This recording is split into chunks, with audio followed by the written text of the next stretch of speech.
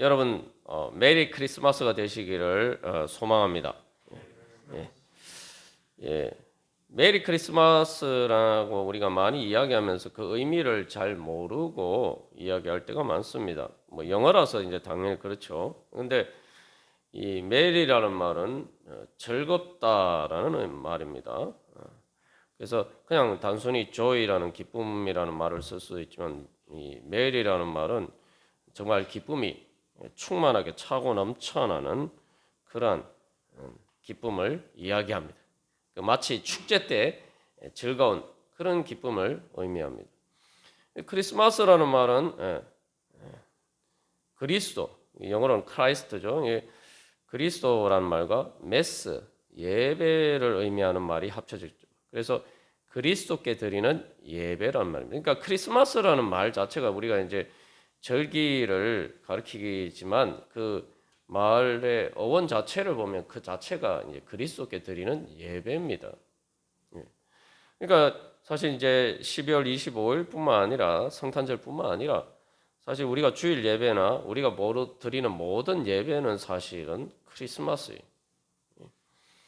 그 크리스마스 예배를 드릴 수 있게 된 출발이 바로 예수님께서 12월 25 이 성탄절에 우리를 찾아오셨기 때문이죠. 그래서 이 성탄절은 그리스도께 드리는 예배의 시작입니다. 그래서 즐거운 성탄절, 그래서 이런 의미죠. 메리 크리스마스가. 다른 말로 하면 그래서 이 메리 크리스마스는 그냥 그 어원의 의미를 그대로 살려서 보면은 그리스도께 드리는 예배가 즐겁다. 왜 즐거운 성탄절이냐? 그리스도께 예배 드릴 수 있게 되었기 때문에 즐겁다는 거예요. 예수님이 이 땅에 오시지 않았으면 우리에게 그리스도가 없어요. 우리를 구원해 주실 분이 없어요. 그러니까 우리가 정말 진정으로 예배할 분이 없다 이 말이죠. 우리가 이 땅에서 많은 것을 추구하고 또 그것을 또 사랑하는 것들이 많지만 그 어떤 것도 우리를 진정으로 구원해 줄 수 있는 것은 없습니다. 죄와 사망의 권세에서 우리를 구원해 줄 수 있는 것은 없습니다. 근데 이제 우리가 이제는 진정으로 예배할 수 있는, 그래서 바로 그리스도께서 우리에게 주어졌다는 거죠. 우리가 예배라고 할 때는 일단 일반적으로 뭐 내가 사랑한다, 좋아한다, 뭐 섬긴다 이런 것과는 이제 차원이 다른 거죠. 예배는 말 그대로 하나님께만 드리는 것입니다. 말 그대로 우리를 구원해 주실 수 있는 하나님을 우리가 만났을 때에 말 그대로 크리스마스가 될 수가 있는 거예요. 근데 그런 하나님을 못 만나면 우리에게는 진정으로 예배할 수 있는 대상이 없는 거예요. 나를 죄와 죽음에서 구원해 주실 수 있는 그러한 하나님을 못 만난 거예요. 그런 하나님을 못 만나면은 그 예수님을 못 만나면은 우리가 우리의 인생에 크리스마스는 없습니다. 그렇기 때문에 크리스마스가 정말 즐거운 날이, 기쁜 날이. 그래서 오늘 이 메리 크리스마스, 그래서 그리스도께 드리는 예배가 기쁜 이유가 바로 거기에 있습니다. 그래서 이 메리 크리스마스의 의미를 가장 잘 보여주는 말씀이 마태복음 2장 10절 오늘 본문의 말씀입니다. 그래서 동방박사들이 이제 베들레헴에 바로 그 예수님이 계신 것을 가리키는 것을 보고 그래서 매우 크게 기뻐하고 기뻐했다라고 이야기하고 있습니다. 여러분 보시면 이게 그냥 기뻐했다 이렇게 이야기하면 되는데 매우 크게 기뻐하고 기뻐했다. 기뻐하더라라는 말에 이 세 단어가 더 붙었어요. 삼중적으로 강조합니다. 기쁨을.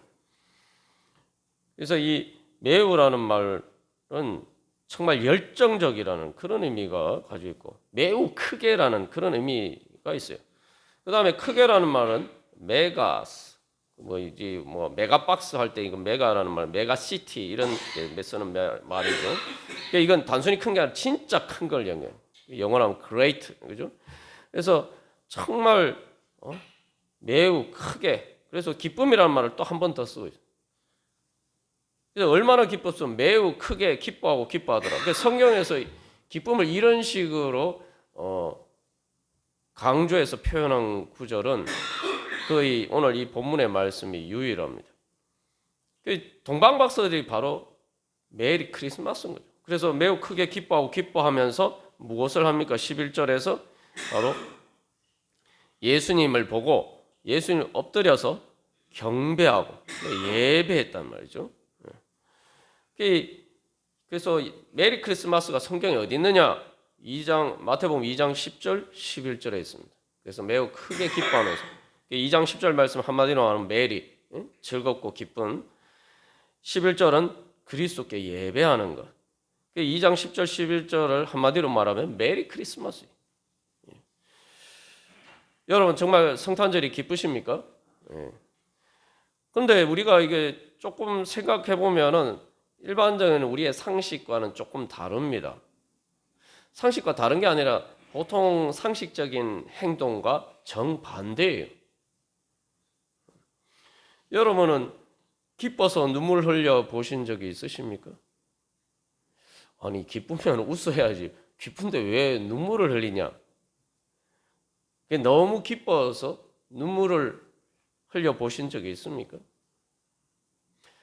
오늘 이 동방박사들은 기뻐서 엎드렸다라고 이야기합니다. 엎드렸다. 이 엎드렸다는 말은 이제 경배한다. 이제 말 그대로 이제 우리식으로 얘기하면 그냥 엎드려 절하는 거죠. 근데 여러분 기쁘면은 펄쩍펄쩍 뛰어야지 왜 엎드립니까? 여러분 기뻐서 눈물 흘려 보신 적이 있습니까? 기뻐서 주님 앞에 엎드려 보신 적이 있습니까? 보통 세상에서 기쁨을 이야기하면은 내가 엎드리는 게 아니라 다른 사람이 나에게 엎드리고 나에게 굽신굽신하고 내가 그렇게 높은 자리에 서는 것을 기뻐하죠. 그래서 보통 엎드린다 이렇게 얘기하면은 굴종이라는 이미지가 우리에게 강합니다. 근데 이 동방박사들은 크게 기뻐하면서 기뻐서 엎드렸다. 이게 기뻐서 눈물을 흘리는 게 감정이 어떤 것인지 우리가 이해를 생각해 보면은 이제 거기에서 한 걸음 더 나아가면 기뻐서 엎드릴 수가 있는 것이죠. 말 그대로 이게 그냥 기쁜 게 아니라 감격했다. 감격. 그래서 사실 이제 기뻐서 흘리는 눈물은 감동의 눈물이죠. 내 마음의 모든 상처나 슬픔이나 아픔이나 모든 고통을 깨끗이 씻어내는 그러한 눈물입니다. 그러한 눈물은 말 그대로 하늘에서 내리는 단비와 같은 그런 눈물이 내 영혼을 깨끗이 정결하게 하고 그리고 내 영혼의 깊은 곳에서 생명수가 넘쳐나는 바로 그게 이제 기쁨의 눈물이죠. 우리가 그런 기쁨의 눈물을 흘릴 수 있다면 우리가 그 다음에 엎드릴 수도 있습니다. 기뻐서 엎드릴 수도 있어요. 오늘 로마서 8장에서 하나님의 자녀는 성령님의 인도하심을 받는 것이다. 하나님의 자녀라는 증거가 어디 있느냐? 성령님의 인도하심을 받는 것이라는 거예요. 예수님이 이 땅에 우리와 같은 참 사람으로 오셔서 말 그대로 아기로 태어나셨잖아요. 그것처럼 바로 예수님께서 그렇게 이 땅에 오셨기 때문에 우리도 이제 하나님의 자녀로 다시 태어날 수 있게 됐어요. 이제 우리에게 주어진 가장 중요한 하나님의 자녀 된 증거는 하나님의 인도하심을 받는 겁니다. 성령님의 인도하심을 받는 거예요. 성령님의 인도하심을 받는 것을 다른 말로 하면 무슨 말입니까? 우리의 관점에서 보면은 우리가 주님을 따르는 거죠. 주님께 순종하는 거죠. 우리가 지난주에 성령님의 인도하심을 따르는 것은 사랑의 순종이다. 우리가 그렇게 나누었습니다.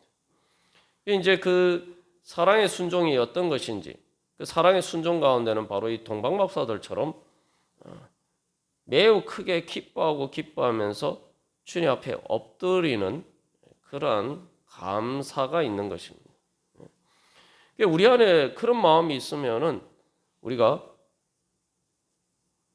예수님 다시 오실 때 만왕의 왕 만주의 주님으로 예수님께서 나타나셨을 때 바로 보좌에 앉으신 어린 양 대신 예수님께 우리가 엎드려 경배할 수가 있습니다.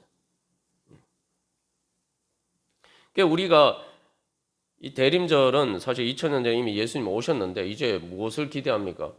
바로 동방박사들이 아기 예수님을 만난 것처럼 이제 우리가 이 아기 예수님이 아니라 가장 크신 만왕의 왕 만주의 주님 대신 재림하시는 예수님을 만나서 우리가 동방박사들처럼 매우 크게 기뻐하면서 그 주님께 엎드려 경배할 수 있는 그날을 소망하는 거죠. 천국에서 주님을 예배할 바로 그날을 소망하는 것입니다. 그렇다면은 우리가 그날을 소망한다면은 바로 그 예수님의 영이신 성령님의 인도하심을 따라서 오늘도 계속 그 주님 앞에 엎드려 경배하면서 예배하는 즐거움과 기쁨이 우리 안에 있어요. 바로 그 기쁨을 통해 기쁨이 점점 커져서 마지막 예수님 재림하실 때에 우리가 그 천국의 기쁨이 되는 것입니다. 그러면은 우리가 어떻게 그렇게 기뻐할 수가 있느냐? 바로 그러한 내가 기쁨 가운데 내가 살아가고 있느냐? 다시 말하면 사랑의 순종, 주님의 인도하심을 따르는 그 주님께 예배하는, 주님께 엎드리는 그런 기쁨 속에서 살아가고 있느냐? 우리가 이런 부분들을 점검해보고 내가 정말 오늘도 우리가 이 땅에 살아가면서 예수님을 만나기를 원하고 내가 지금까지 예수님 만났지만 지금까지 만난 예수님보다 더 크신 예수님을 내가 만나기를 소망한다면은 우리가 다시 한번 오늘 우리가 주님 앞에 예배드리듯이 기쁨으로 주님 앞에 엎드려 경배하는 믿음으로 주님을 따라야 할 것입니다. 우리 예수님께서는 이미 다 오셨어요. 이미 다 이루셨어요. 오늘 예배 전에 우리 장로님 나누신 것처럼 말 그대로 예수님 다 이루셨어요. 문제는 우리가 예수님께 경배하는 만큼 우리가 예수님을 따르는 만큼 그 예수님의 은혜가 우리에게 실현이 됩니다. 그게 우리에게 이제 주어진 거예요. 예수님이 하실 일은 다 하셨단 말이죠. 우리는 자꾸 신앙생활할 때 뭐 주님이 자꾸 뭘 안 해주시는 것처럼 자꾸 생각하는 경우가 많은데 예수님은 다 해주셨어요. 예수님 자기 생명까지 아끼지 않고 다 주셨어요. 이제는 우리가 해야 될 일을 해야 됩니다. 우리가 해야 될 일, 그게 바로 믿음이 주님이 주신 선물을 받는 것이죠. 주님이 주신 선물을 받는 방법은 말 그대로 주님을 따르는 순종입니다. 자, 그래서 이 순종이 뭐냐? 그래서 순종이 기쁨이 되어야 돼. 순종을 넘어서 말 그대로 엎드리는 그 주님께 예수님께서 죽기까지 복종하셨다라고 말씀하시는 성경은 이야기하고 있는데 그렇게 예수님께 죽기까지 복종하는 것이 나의 가장 큰 기쁨이 될 때 우리가 성령 충만할 수가 있습니다. 그러니까 이게 이제 우리의 이제 보통 상식을 깨는 거죠. 여러분 어떤지 모르겠지만 제가 여러 번 나눈 것처럼 저는 그게 기쁨이 되지 않을 때가 많단 말이에요. 그냥 말 그대로 하나님하고 내 뜻하고 충돌이 안 될 때는 상관이 없지만 하나님 뜻과 내 뜻이 충돌될 때는 이게 주님께 순종하려고 하면은 이게 기쁨이 되기는 고사하고 오히려 거부 반응이 나타나고 어쨌든 내 마음대로 하려고 하는 그런 것들이 또한 제 자신의 모습이기도 했습니다. 그래서 그러면 우리가 어떻게 하면은 정말 동방박사들 같은 그런 기쁨의 순종, 정말 그게 바로 메리 크리스마스죠. 그래서 메리 크리스마스가 뭐냐? 하나님께 정말 매우 크게 기뻐하면서 하나님께 경배하고 엎드려서 순종하는 것, 주님께 기쁨으로 복종하는 것이 메리 크리스마스입니다. 그런 사람에게만 주어질 수 있는 게 메리 크리스마스의 축복이에요. 자, 그래서 먼저 이 순종이라는 말을 보면은 이 헬라어 신약 성경에 기록된 단어의 어원을 보면은 아래에서 낮은 곳에서 듣는다는 얘기. 겸손하게 자기 자신을 낮추고 듣는다는 얘기. 그래서 구약에서도 이제 순종이란 말은 듣는다라는 말을 쓰죠. 뭐 우리나라 말로도 마찬가지죠. 순종을 듣는다. 이게 실제로 보면은 우리가 듣는 게 중요할 때가 있죠. 사실 듣는 게 중요합니다. 아이들이 말을 배울 때도 제일 먼저 하는 거 듣는 거예요. 우리가 외국어를 배울 때도 사실은 이제 제대로 배우려면 제일 먼저 듣는 것부터 시작을 해야 돼. 듣고 분별하는 거. 근데 우리가 보통 주님께 순종하지 않을 때는 듣지 않으려고 하죠. 듣지 않으려고. 자, 그런데 진짜 이게 들어야 될 때가 있어요. 다른 걸 할 수 없기 때문에 내가 들어야 되는 경우가 있어요. 어떤 경우인가? 내 눈이 안 보일 때. 내 눈이 안 보일 때. 그 예전에 이게 시각장애인인 분은 제가 이렇게 예배에 그 혼자서 못 오시니까 제가 이렇게 모시고 이렇게 같이 데리고 교회 올 때가 보면은 그분은 저한테 의지하고 자기 눈이 안 보이기 때문에 제가 가는 대로 그대로 따라옵니다. 가는데 목사님 왜 이렇게 갑니까? 목사님 왜 저렇게 갑니까? 그런 말 한마디도 안 해요. 그냥 제가 가는 대로 가요. 그리고 뭐 계단이나 뭐 또 이런 부분들이 있을 때 여기 계단입니다. 뭐 왼쪽으로 가야 됩니다. 오른쪽으로 가야 됩니다. 제가 이야기를 하면은 그걸 듣고 그대로 따라 하시죠. 그게 듣는 겁니다. 그래서 이제 시각장애인들은 청각이 우리 보통 눈이 보이는 사람들도 훨씬 더 발달돼. 그래서 청각인 사실은 시각을 대신합니다. 많은 동물들도 그래요. 그래서 우리가 듣는다라고 할 때는 내 눈에 안 보인다. 이걸 먼저 인정을 해야 돼요. 여러분 인생길이 눈앞에 보입니까? 한 치 앞도 우리가 볼 수가 없어요. 이거 솔직하게 인정해야 돼요. 요즘 뭐 나라가 혼란스럽지만 뭐 이런 일이 생길 줄 뭐 누가 알았습니까? 한 치 앞도 몰라요. 다 사람들이 예측은 하지만 뭐 예를 들면 주식시장 같은 것도 한 치 앞도 몰라요. 다 분석은 할 뿐이지. 그죠? 하루 전만 미리 알아도 엄청나게 돈을 벌 수가 있죠. 그러니까 우리가 그걸 알아야 돼요. 우리는 시각장애인과 같은 존재다. 내 인생길에 있어서 내 눈에 보이는 게 없다. 이걸 인정해야 됩니다. 그러니까 우리가 예측하는 것은 그냥 머리로 내가 생각하는 것뿐이에요. 내가 보는 게 아닙니다. 그러니까 오늘 마태복음에서 동방박사들이 뭐라고 얘기합니까? 왜 엎드려서 경배할 수 있었느냐? 보고, 예수님을 보고. 10절에서도 별을 보고, 그죠? 별을 봤지만 사실은 그들이 별이 가리키는 방향이 어딘지 몰랐어요. 별만 따라가야 돼요. 별이 가리키는 방향, 저기다 이렇게 해서 그 목적지를 보기까지는 베들레헴에 와서나 이제 알았죠. 그러니까 그들이 베들레헴까지 올 때는 계속 별을 보고 따라가야 되는 거예요.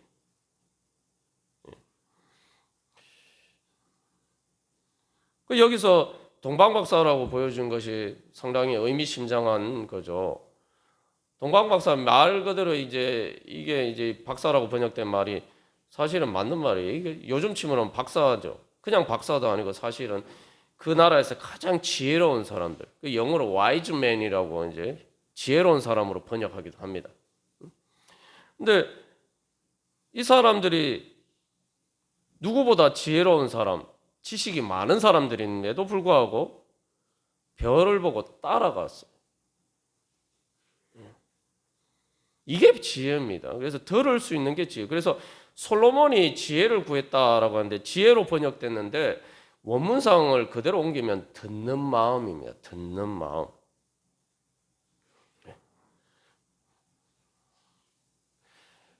그러니까 우리가 하나님의 음성을 듣고 따라갈 수 있는 그게 지혜예요. 그러니까 내 눈에 보이지 않는다는 걸 알고 내 미래는 내가 안 보이죠. 내 미래와 내가 내 인생길의 미래뿐만 아니라 내가 죽음을 넘어서 어떻게 내가 천국에 갈 수 있느냐, 그 길도 안 보여요. 그래서 우리를 양에 비유하는 것도 다 그런 의미죠. 양이라는 게 상대적으로 다른 동물에 비해서 눈이 어두운데 대신에 이제 그 청각을 통해서 목자의 음성을 듣고 따라갑니다. 그래서 양이 눈이 어둡지만 목자를 따라가면은 그 눈이 어두운 것이 이렇게 보완이 되는 거죠. 그래서 이제 순종은 기본적으로 듣는 것이. 자, 그래서 내가 겸손하게 엎드린다는 게 여러 가지 의미가 있지만 내가 정말 내가 내 인생길을 뭐 잘 눈에 보이는 것처럼 보고 갔는데 사실은 이 엎드린단 말이 그냥 엎어진다 이런 말 의미 문자적 그대로 하면 그런 의미. 그럼 가다가 내가 엎어지고 넘어지고 그랬을 때 정신이 들어서 내가 정말 영적으로 보면 우리가 다 시각장애인이구나. 그래서 내가 주님의 인도하심을 구하면서 누가 이 어두운 인생길에서 나를 인도해 줄 리가 누가 있을까? 그렇게 찾다가 예수님을 만나는 거죠. 그죠? 그러니까 이제 그때부터 예수님의 음성을 듣고 따라. 그러면 살았다. 그 시각장애인 그분이 저 목사님 저 교회 나가고 싶은데 아무도 뭐 저를 데리러 오는 사람이 없어서 교회 못 나가겠어요. 그러니까 이제 다른 데리러 가는 분이 없으면은 없을 때 이제 제가 이제 직접 데리러 가는데 우리가 그렇게 주님의 인도하심을 나를 이렇게 어디 가려고 하는데 날 인도해 주는 사람이 있으면 얼마나 기쁜 일입니까? 얼마나 기쁜 일이. 동방박사들이 기뻐한 이유가 바로 그겁니다. 내가 내 인생길에 그들이 뭐 지혜도 있고 뭐 누구보다 지식이 많지만 인생길이 어떻게 되는지 구원의 길이 어떻게 되는지 안 보인단 말이죠. 그러나 이제 예수님을 만났으니까 이제 그 길을 내가 갈 수 있단 말이에요. 기뻐하는 거예요. 시각장애인 입장에서 보면 누가 내가 어디 가고 싶은데 내 길을 인도해 줄 사람이 있다는 거는 정말 기쁜 일이죠. 우리가 그렇게 예수님을 믿습니까? 그러면 메리 크리스마스가 돼요. 예수님이 그런 분인 줄 믿습니까? 그러면 메리 크리스마스가 돼요. 나에게 이제 성령님이 인도하시는, 다른 것도 아니고 하나님이 인도하시니까 뭐가 걱정이 되겠어요? 난 하나님만 예수님만 따라가면 돼. 성령님만 따라가면 돼. 그러면은 세상 사람들이 갈 수 없는 목적지, 천국의 하나님 나라에 이르게 된다. 자, 그래서 이 순종이라는 게 듣는 것에서부터 시작하는데 그 다음에 아래에서 듣는다는 거죠. 그러니까 내 부족함을 인정하고, 그죠? 예수님이 나보다 더 지혜로우시니까, 예수님이 나보다 더 능력이 많으시니까, 그러니까 내가 예수님 아래다 인정해야 되는 거죠. 그렇게 우리가 인정하고 주님을 갈 때 주님의 인도하심을 따라갈 수가 있는 것이죠. 자, 그래서 이제 여기 보면은 이제 중요한 단어가 여러분 로마서 8장 16절에 보면은 우리의 영이 나옵니다. 사람의 영이 나와요. 여기 뭐 우리라고도 얘기할 수 있고 우리 마음이라고도 얘기할 수 있고 우리 몸이라고도 얘기할 수 있는데 여기 뭐 우리 영혼이라고 얘기할 수도 있는데 여기는 우리의 영이라고 이야기해요. 특별히. 이 영이라는 말은 영혼이라는 말과 구분이 됩니다. 영혼이라는 말은 네페시, 그 다음에 또 푸뉴마 이렇게 하는데 여기 영은 말 그대로 죄송합니다. 네페시 아니면은 푸시케라고 하는데 그게 이제 영혼으로 보통 번역을 합니다. 뭐 생명으로 번역하기도 하고 여러 번역이 있습니다만 그것과 달리 여기서는 푸뉴마 이제 구약의 단어는 루하인데 이게 뭐냐면은 그래서 보통 하나님은 영이시다 할 때 바로 그 영을 얘기하는 거예요. 그러니까 내가 하나님의 자녀가 됐으면 하나님이 영이시니까, 하나님 아버지가 영이시니까 나에게도 영이 생긴 거예요. 그게 바로 거듭나는 겁니다. 그러면 이 영이 하는 역할은 뭐냐? 영의 가장 중요한 기능은 성령님의 인도하심을 받는 기관입니다. 영이 없으면 성령님의 인도하심을 받을 수가 없어요. 그러니까 예수님 믿으라고 하는데 왜 예수님 안 믿느냐? 영이 죽어서 그래요. 예수님께서 부르시는데도 그 부르심을 들을 수 있는 감각기관이 없어요. 그러니까 예수님 간절히 부르시는데도 그걸 전혀 인지하지 못한단 말이에요. 그러니까 이게 다른 말로 하면 감각과 같은 것이죠. 그래서 우리가 뭐 영의 눈이 떠여진다, 믿음의 눈이 떠여진다, 이제 그런 의미. 그래서 영이 있어야지 성령의 인도하심을 받을 수가 있습니다. 그러니까 여러분들이 생각해 보시면 딱 이게 내 마음에 내가 주님의 인도하심을 따르고자 하는 마음도 있는데 그 마음이 있으면은 내 안에 영이 지금 그 기능하고 있구나. 내 안에 영이 작동하고 있구나. 나의 영이에요, 그거는. 근데 하나님께 불순종하고자 하는 마음, 하나님의 인도하심을 거부하는 마음이 있으면 그거는 영이 아니에요. 그럼 불순종의 아들들 가운데서 역사하는 그게 바로 사탄의 영입니다. 사탄을 자꾸 뭐 이상한 괴물처럼 생각하는데 괴물 맞죠? 왜냐하면 그 따라가면은 정말 끔찍한 일이 벌어지기 때문에. 근데 사탄의 핵심은 우리로 불순종하게 만드는 거예요. 우리로 순종하게 만드는 순종하고자 하는 열망을 가진 게 우리의 영입니다. 그러니까 이제 문제는 우리가 신앙적으로 어리면은 이 영이 너무 어려서 주님께 순종하는 마음은 아주 작고 주님께 불순종하고자 하는 옛날 습관대로 사는 그 마음이 이제 큰 게 이제 문제인 거죠. 그러니까 이제 우리의 영이 하나님께서 이제 우리가 물과 성령으로 거듭나면 우리의 영을 받아요. 그러니까 사실 예수 믿는 게 어렵잖아요. 근데 내가 예수님의 부르심을 듣고 주님을 영접하고 또 세례받고 우리가 신앙생활하는 것 그 자체가 사실은 그 영이 없으면은 사실은 어려운 거죠. 일반적으로 보면 이제 그렇단 말이죠. 자, 그래서 이 우리의 영은 성령님의 인도하심을 받는 기관입니다. 시각장애인이 기본적으로 눈이 안 보이는 건 다 똑같아요. 모든 사람이 다 똑같은데 이 영적인 귀가 어두우면은 어떻게 합니까? 그 영이 없으면은 성령님의 인도하심을 받을 수가 없는 거죠. 물과 성령으로 거듭난다는 건 내가 주님의 음성을 들을 수 있는 바로 그 귀가 열리는 것을 의미합니다. 자, 그래서 그 귀가 열리면 우리의 영이 하는 일은 뭐냐면 주님의 그 음성을 듣고 내가 응답하면서 이제 따라갈 수 있는 능력이 우리 안에 생기는 거예요. 순종이 능력입니다, 여러분. 여러분 성령의 능력을 구하십니까? 여러분의 인생을 완전히 인생 가운데 하나님 나라 정말 메리 크리스마스처럼 예수님이 이 땅에 오셔서 우리에게 주시는 그 축복을 내 삶이 정말 구유와 같은 그러한 삶이지만 그러나 말 그대로 그게 사람이 기가하는 것은 아니잖아요. 예수님 태어나신 것이. 말 그대로 사람답게 살아야 되는데 내가 사람답게 살지 못하는 바로 그러한 삶 가운데 미지만 예수님이 나에게 오시면은 나는 사람답게 사는 정도가 아니라 나는 그게 하나님의 자녀로 살 수 있는 그런 은혜가 열리죠. 여러분 그런 능력을 구하십니까? 그러면 여러분 가장 먼저 구하셔야 될 것은 믿음의 능력을 구하셔야 되고 그 믿음의 열매를 거둘 수 있는 순종의 능력을 구하시기를 바랍니다. 주님께 순종할 수 있는 능력 주시옵소서. 이게 능력이 없으면 순종이 안 돼요.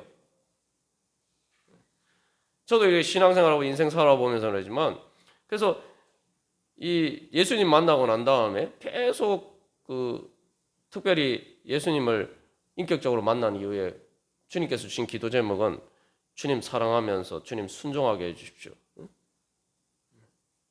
왜냐하면 순종하려고 하는데 자꾸 이게 안에 그 마음이 주님께 불순종하고자 하는 마음이 너무 강하기 때문에 그 힘이 너무 강해요. 그러니까 내가 주님께 순종을 해야지, 주님 따라가야지, 주님께서 인도해 주시는 이스라엘 백성들이 하나님의 인도하심을 따라서 가나안 땅에 들어간 것처럼 내가 따라가야지 가나안 땅에 갈 거 아닙니까? 내가 주님을 따라가야지 하나님 나라에 갈 거 아닙니까? 뭐 천국만뿐만 아니라 이 땅에서 우리가 그 하나님 나라의 은혜, 하나님의 자리로 나아갈 수가 있다는 거죠. 그 순종을 안 하면은 어떻게 무슨 방법이 있습니까? 아무 방법이 없어요.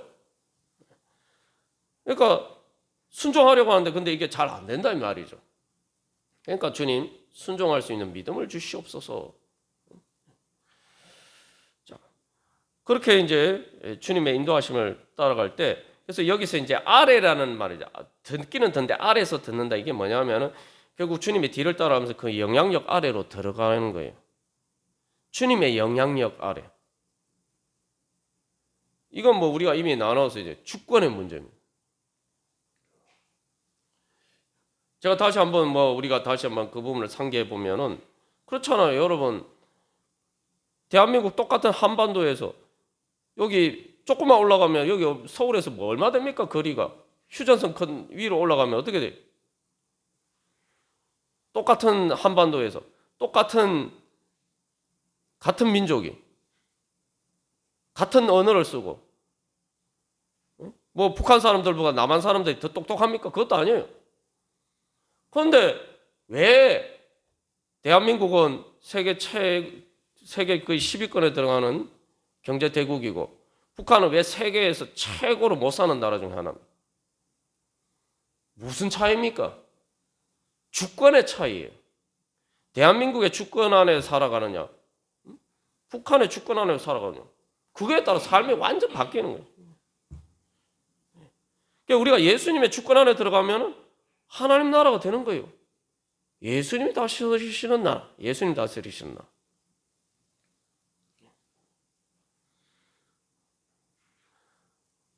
그러니까 순종이라는 건 내가 예수님의 영향력 아래 들어가는 거예요.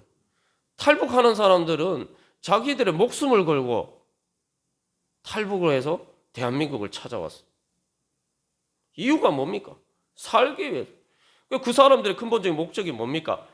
대한민국 주권에 나는 순종하겠다. 나는 대한민국 주권을 따르는 대한민국 시민이 되고 싶다. 그래서 목숨 걸고 탈북했잖아요. 여러분 순종한다는 게 주님의 영향력 아래 들어가는 것인데 그 순종을 위해서 그 사람들은 탈북자들은 대한민국의 주권에 아래 살기 위해서 순종하기 위해서 자기들의 목숨을 걸고 넘어왔다 이 말이에요. 여러분 그게 순종입니다. 죄와 사망에서 권세에서 벗어나서 하나님께 주신 은혜의 주권 안에서 내가 살기를 소망하면서 그러니까 우리가 사실 구원을 원하는데 그 구원이 뭐냐? 주님께 순종하는 거예요. 주님이 날 다스려 주시는 거죠. 그죠? 그러니까 바로 그걸 열망하는 그 마음, 그게 바로 내 영의 역사입니다. 여러분, 우리가 이제 성탄절이 며칠 남지 않았습니다. 정말 메리 크리스마스가 되기를 원하십니까? 이 메리라는 말의 어원을 보면은 이 짧다라는 말이에요. 짧다라는 말. 짧게 지속된다. 이게 이제 무슨 의미일까요? 아니 즐겁다는 말이 왜 짧게 지속된다는 말에서 나왔을까요? 1차적으로는 이게 즐거우면 시간이 금방금방 지나간다는 거죠. 시간이 막 지루하다는 느낌이 안 들죠. 여러분 예배가 지루하다고 느껴지십니까? 그럼 여러분 메리 크리스마스가 아닌 거예요.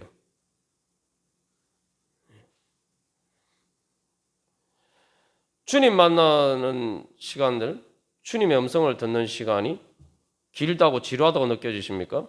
메리 크리스마스가 아닌 겁니다. 주님의 사랑의 음성을 듣는 시간이 짧게 느껴져야죠. 그래야 메리 크리스마스입니다.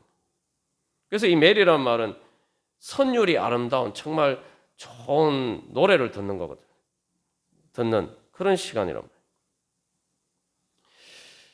근데 이게 또 다른 의미에서 사실은 우리의 인생에 보면은 우리의 인생에 정말 아름다운 시간, 즐거운 시간은 잠시 잠깐이죠. 한여름밤의 꿈처럼 지나가 버립니다. 사실 우리 인생에서 정말 그렇게 아름답고 즐겁고 행복했던 시간들이 뭐 얼마나 됩니까? 그러나 우리가 메리 크리스마스, 우리가 주님을 예배하고 또 주님께 예배하는 믿음으로 우리가 성령님의 인도하심을 따라 살면은 우리의 인생이 길이 아무리 멀고 험한 길 가운데 있어도 즐거운 인생길이 될 수가 있습니다. 그래서 요즘 데살로니가전서 새벽에 우리 강의를 계속 나누고 있지만 데살로니가 교회 성도들은 많은 환난 가운데서도 성령의 기쁨으로 즐거워했다. 고통의 그 순간도 주님과 함께라면은 주님과 동행하는 길이라면 즐거운 길. 그게 바로 메리 크리스마스. 오늘 동방 박사들이 엎드려 경배했다. 이 엎드렸다는 말은 성경에 이제 용례들을 보면은 망했다, 집이 무너졌다, 파괴되었다 그런 의미로 써요. 예수님의 인생을 보면은 말 그대로 망한 인생이죠. 십자가를 지고 죽으셨으니까. 그것만 보면 육신의 눈으로만 보면 그래요. 그리고 이 엎드렸다면 자기 자신을 낮춘다는 말이에요. 높은 자리에서 떨어졌다. 예를 들면 하늘에 별이 떨어졌다. 그럴 때 쓰이는 말이에요. 실제로 요한계시록 하늘에 별이 떨어졌다. 예수님은 밤하늘의 별보다 더 높은 곳에 계신 분인데 자기 스스로를 낮추셨어요. 떨어지신 것이 아니라 동방박사들이 엎드린 것처럼 자기 스스로를 낮추셔서 이 땅에서도 가장 낮은 곳에 밤하늘의 별보다 더 높은 곳에 계신 그분이 바로 가장 낮은 구유에 자기 자신을 그렇게 낮추셨어요. 우리가 진정으로 주님 앞에 경배할 수 있는 그 사랑의 감격이 넘쳐나서 눈물을 흘릴 뿐만 아니라 주님 앞에 엎드릴 수 있는 그 감격이 어디에서 오느냐? 예수님께서 나를 사랑하셔서 정말 인간답게 살지도 못하는 그런 비천한 나를 구원하시기 위해서, 나와 함께 하시기 위해서 예수님이 내가 엎드린 것과 밤하늘에 별이 떨어지는 것보다 더 자기 자신이 낮추셔서 그렇게 우리를 찾아오셨기 때문에 그 예수님을 만났기 때문에 그래서 동방박사들이 기뻐할 수밖에 없는 것이고 그래서 아기 예수님이기 때문에 그 감격이 더 큰 거예요. 우리가 금요기도 때 자세하게 나눴습니다만 말 그대로 나와 함께 하시기 위해서 아기가 되셨기 때문에 가장 연약한 아기와 같은 나를 구원해 주시기 위해서 예수님이 나와 함께 하시기 위해서 이 땅에 아기 예수님으로 나를 찾아오셨기 때문에 그래서 오히려 더 기쁜 것입니다. 우리가 오늘도 바로 그러한 예수님을 만나기를 소망하면서 그 예수님 사랑하면서 그 예수님의 영 되신 성령님의 인도하심을 따르기를 소망하면서 나아갈 때 우리의 인생은 메리 크리스마스 되고 이 성탄절뿐만 아니라 우리의 인생 전체가 메리 크리스마스가 되고 결국은 우리가 마지막 재림하시는 주님 앞에서 기뻐하며 경배하는 그런 메리 크리스마스가 될 줄로 믿습니다. 우리 그런 은혜 소망하면서 우리 다 같이 기도드리시겠습니다. 한 주간 기도는 우리 교독하고 기도하겠습니다. 1번 제가 먼저 읽겠습니다. 동방박사들처럼 메리 크리스마스 예수 그리스도께 예배드림을 기뻐하게 하소서.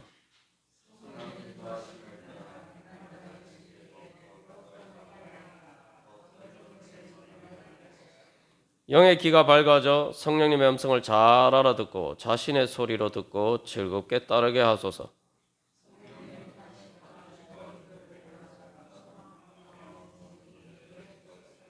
다 같이 읽겠습니다. 성령의 능력으로 제 연약함을 도와주셔서 성화되고 영화되게 하소서. 아멘. 우리 이 시간 다 같이 기도하겠습니다. 우리 다 같이 손을 들고 하나님 아빠 아버지 부르신 다음에 예수님 제가 제 인생이 메리 크리스마스가 되게 하여 주시옵소서. 우리 기도하겠습니다. 하나님 아빠 아버지